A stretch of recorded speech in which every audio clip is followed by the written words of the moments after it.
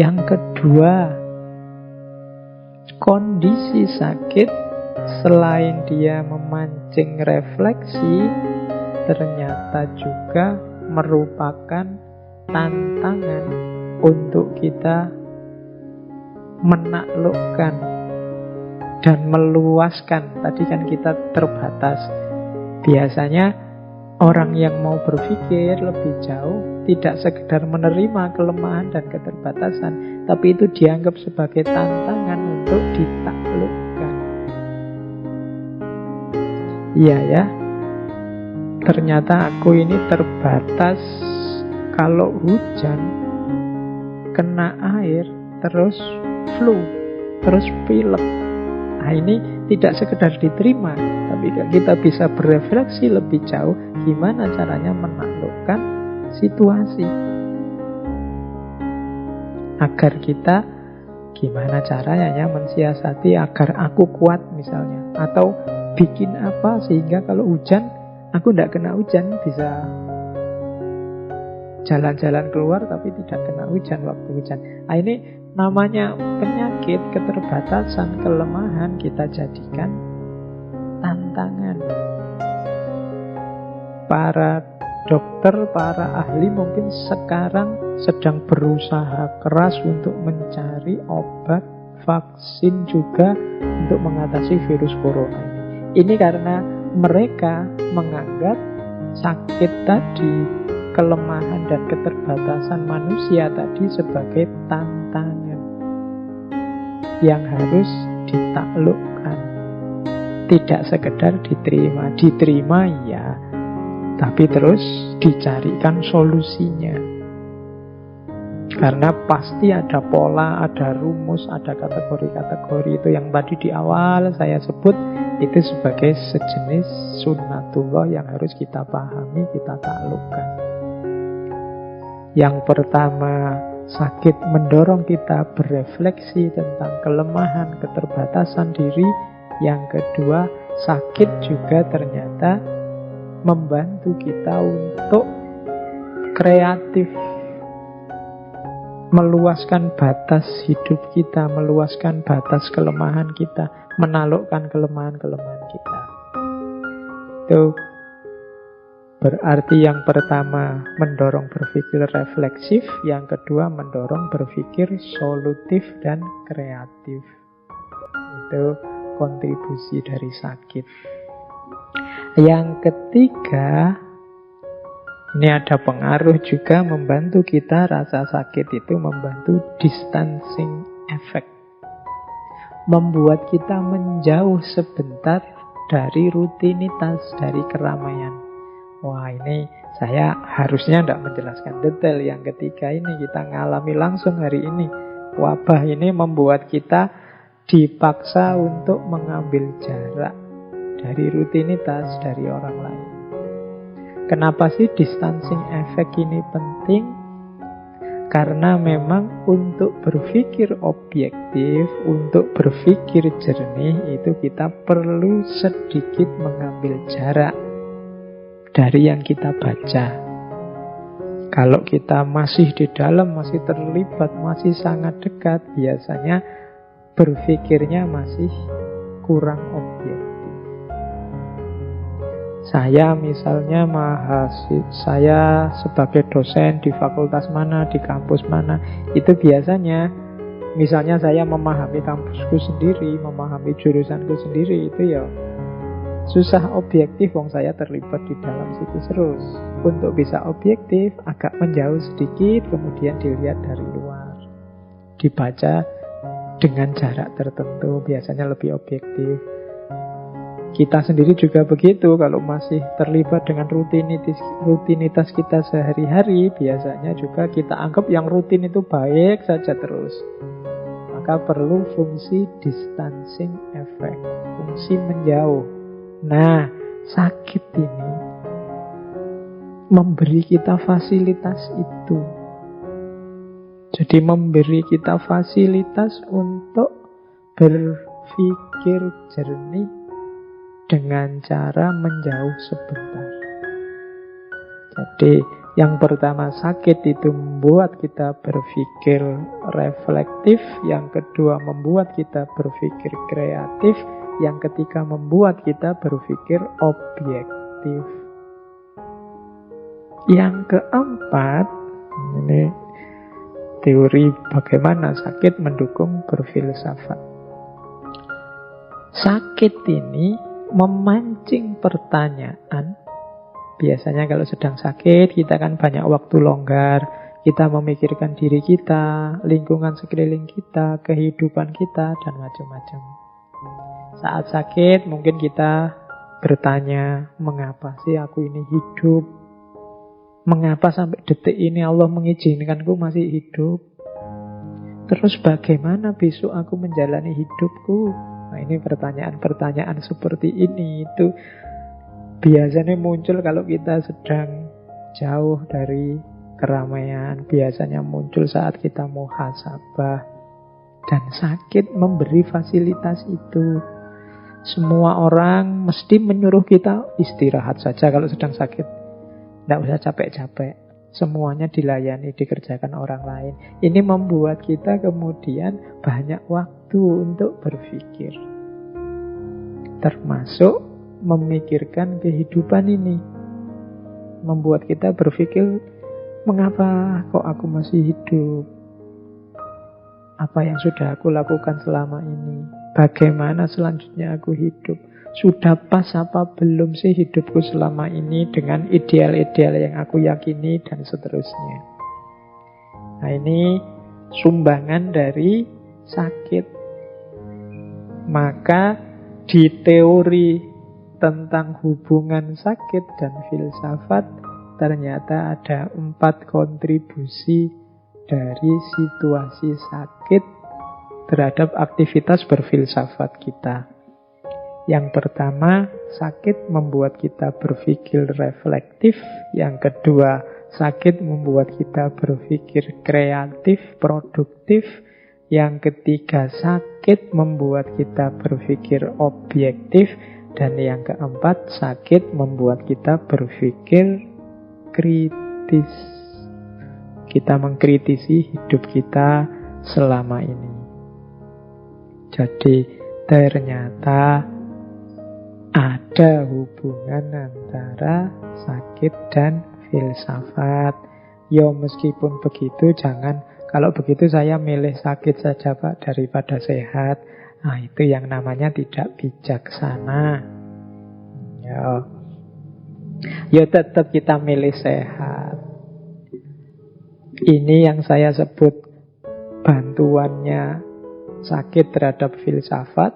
Itu kan 4-4-nya ya bisa kita lakukan saat sehat.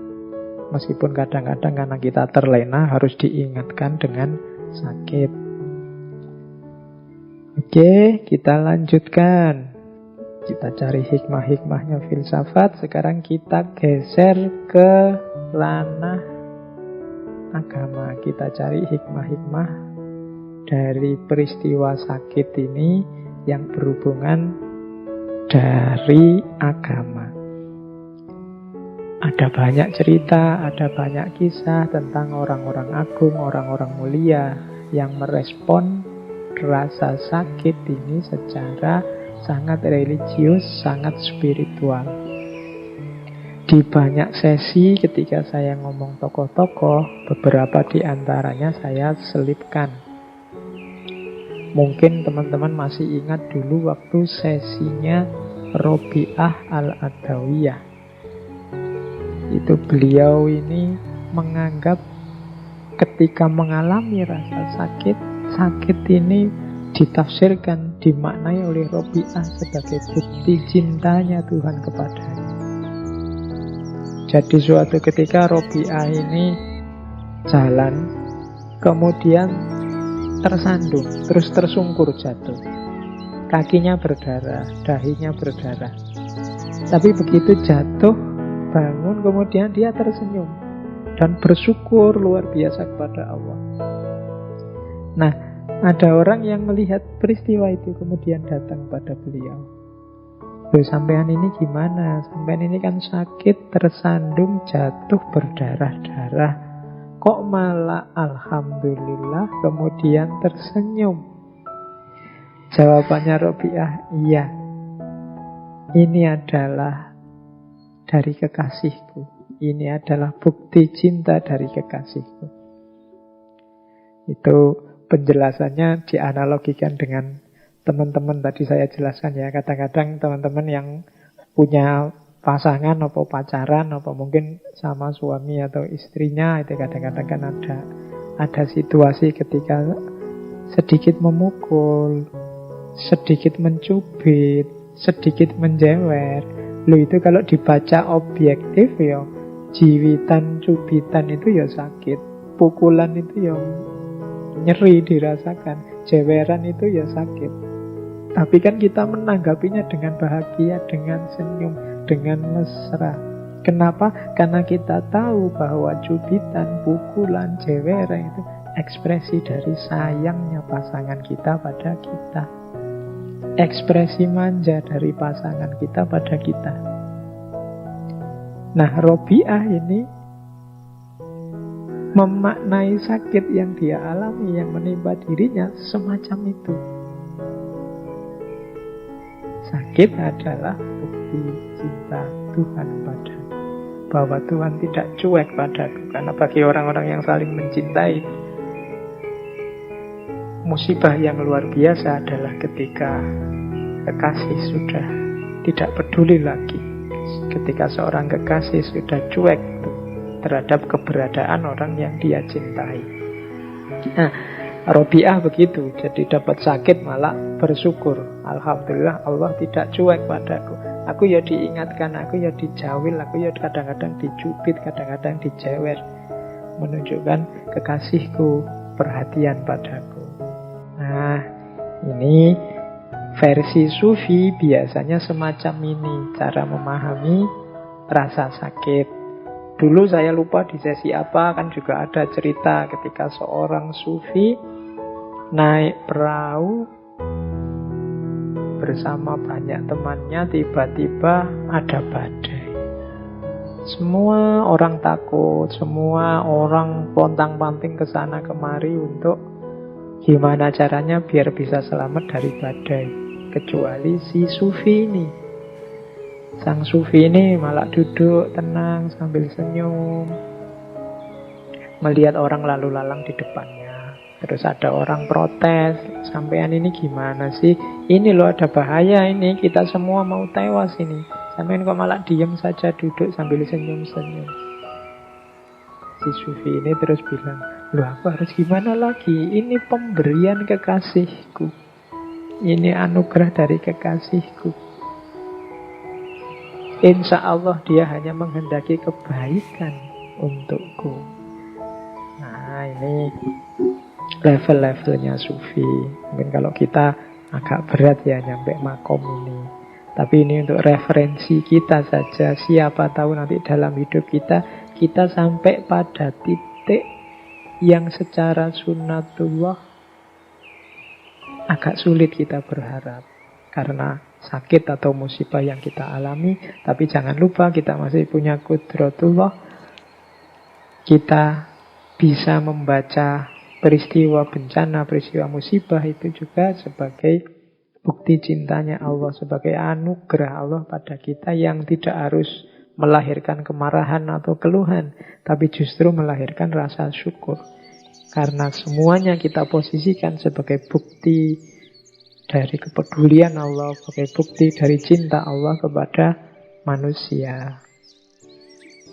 Ini juga saya bawa salah satu perspektif tentang sakit. Ini dari kitab Al-Mawa'idh Al-Usfuriyah, ini yang banyak dikaji di pesantren-pesantren. Di kitab itu disebut ada hadis. Jadi Kanjeng Nabi suatu ketika bersabda, ketika seorang hamba yang mukmin akan mengalami sakit, jadi ketika ada seorang mukmin yang oleh Allah dinas engkau akan sakit, saat itu juga Allah Subhanahu wa ta'ala mengutus 4 malaikat.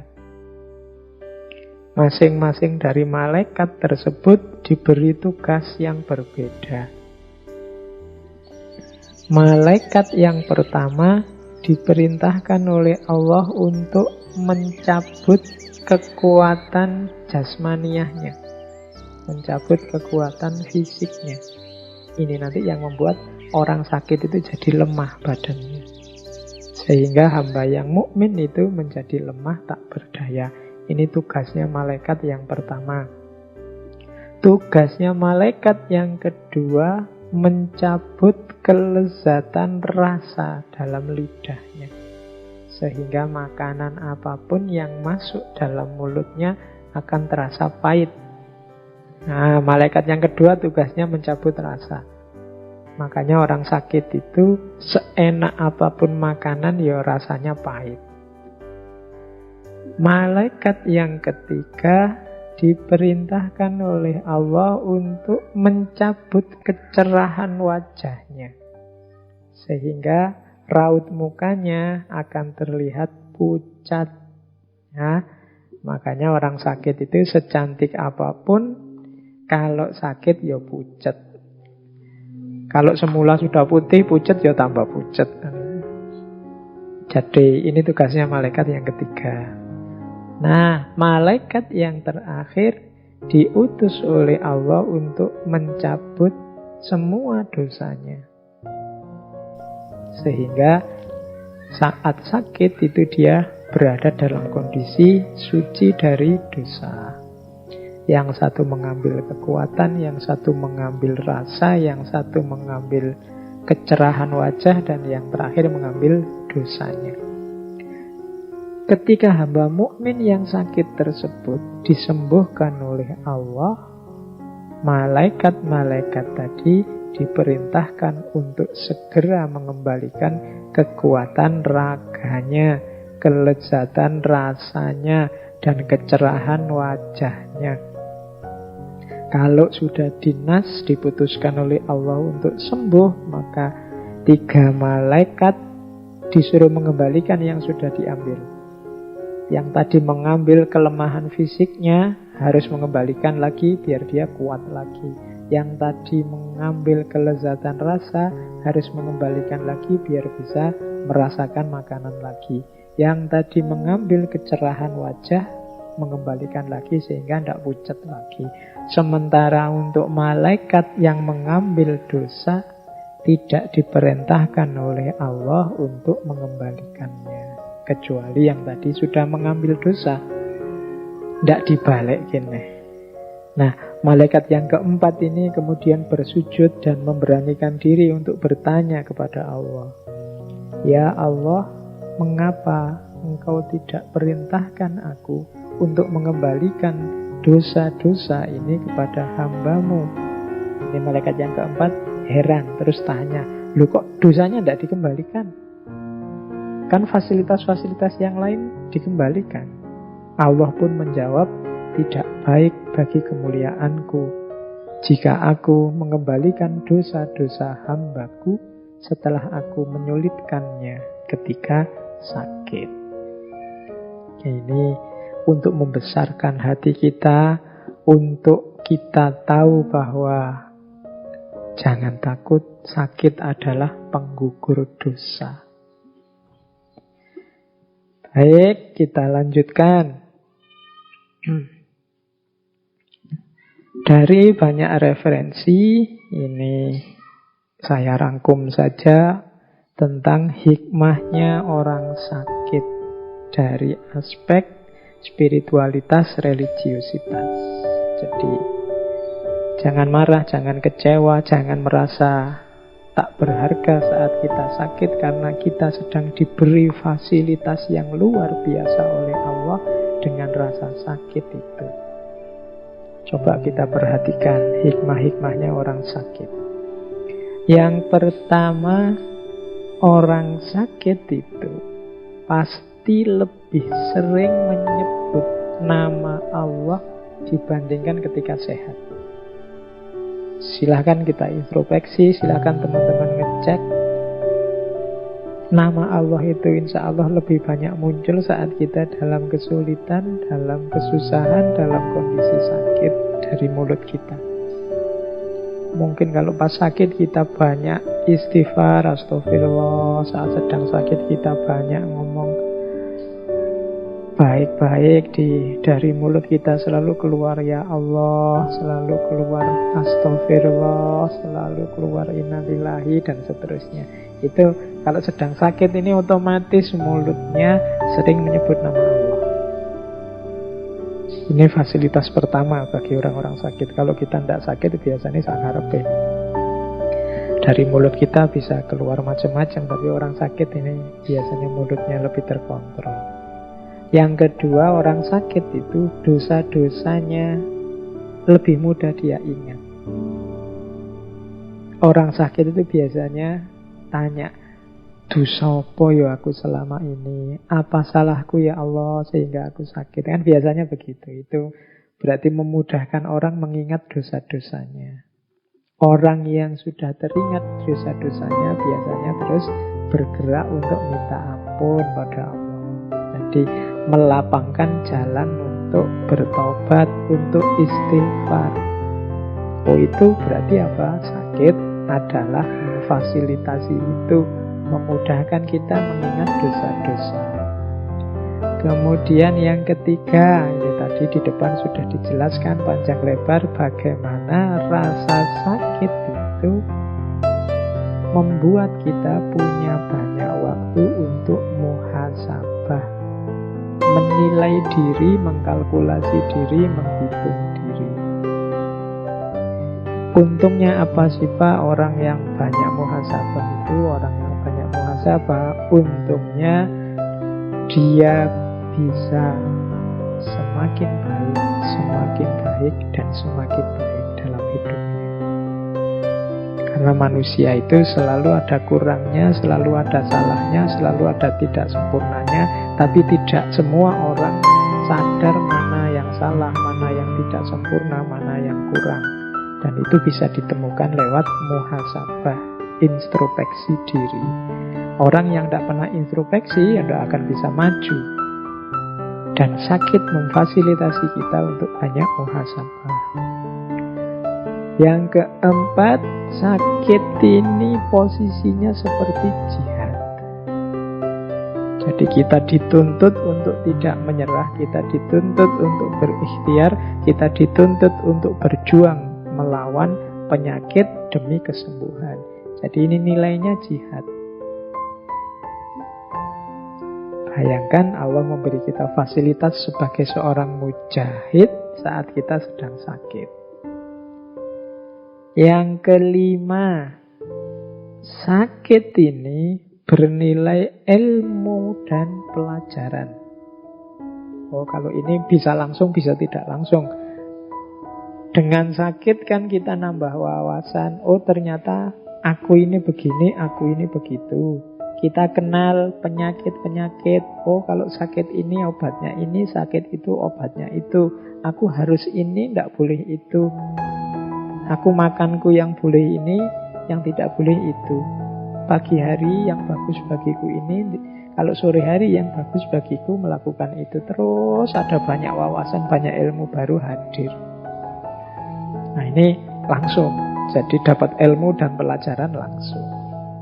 Biasanya juga di antara kita ada yang dalam kondisi sakit karena banyak waktu longgar, terus sambil baca-baca, sambil ngaji, sambil apa. Ini juga ilmu dan pelajaran dari kondisi sakit secara tidak langsung. Selain bernilai jihad, ternyata juga bernilai ilmu. Paling tidak kita dapat pengetahuan, ilmu dari penyakit yang kita alami. Pengalaman adalah guru yang paling baik. Terus, sakit juga adalah penasehat yang baik. Kemarin-kemarin kita diceramahi, kemarin-kemarin itu sudah banyak orang yang ngomong.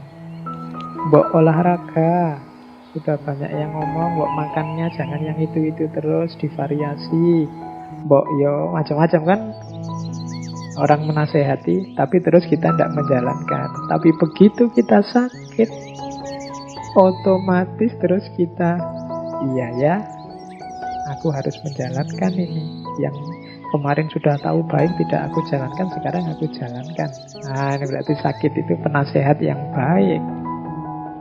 Meskipun ya pahit karena harus ngalami sakit dulu, tapi kalau tidak ngalami itu ya kita tidak kapok-kapok. Jadi hikmahnya sakit ternyata dia jadi penasehat yang baik. Selanjutnya, sakit juga, kalau ini hubungannya dengan kemasyarakatan, bisa jadi jembatan silaturahim. Sakit membuat, ya ilustrasi mudahnya kan terus banyak orang yang menjenguk kita, saudara jauh kita yang kemarin sibuk, tidak pernah main, tidak pernah menengok kita, terus datang. Tetangga-tetangga kita menengok, datang, dan lain sebagainya. Jadi sakit bisa menjadi jembatan silaturahim.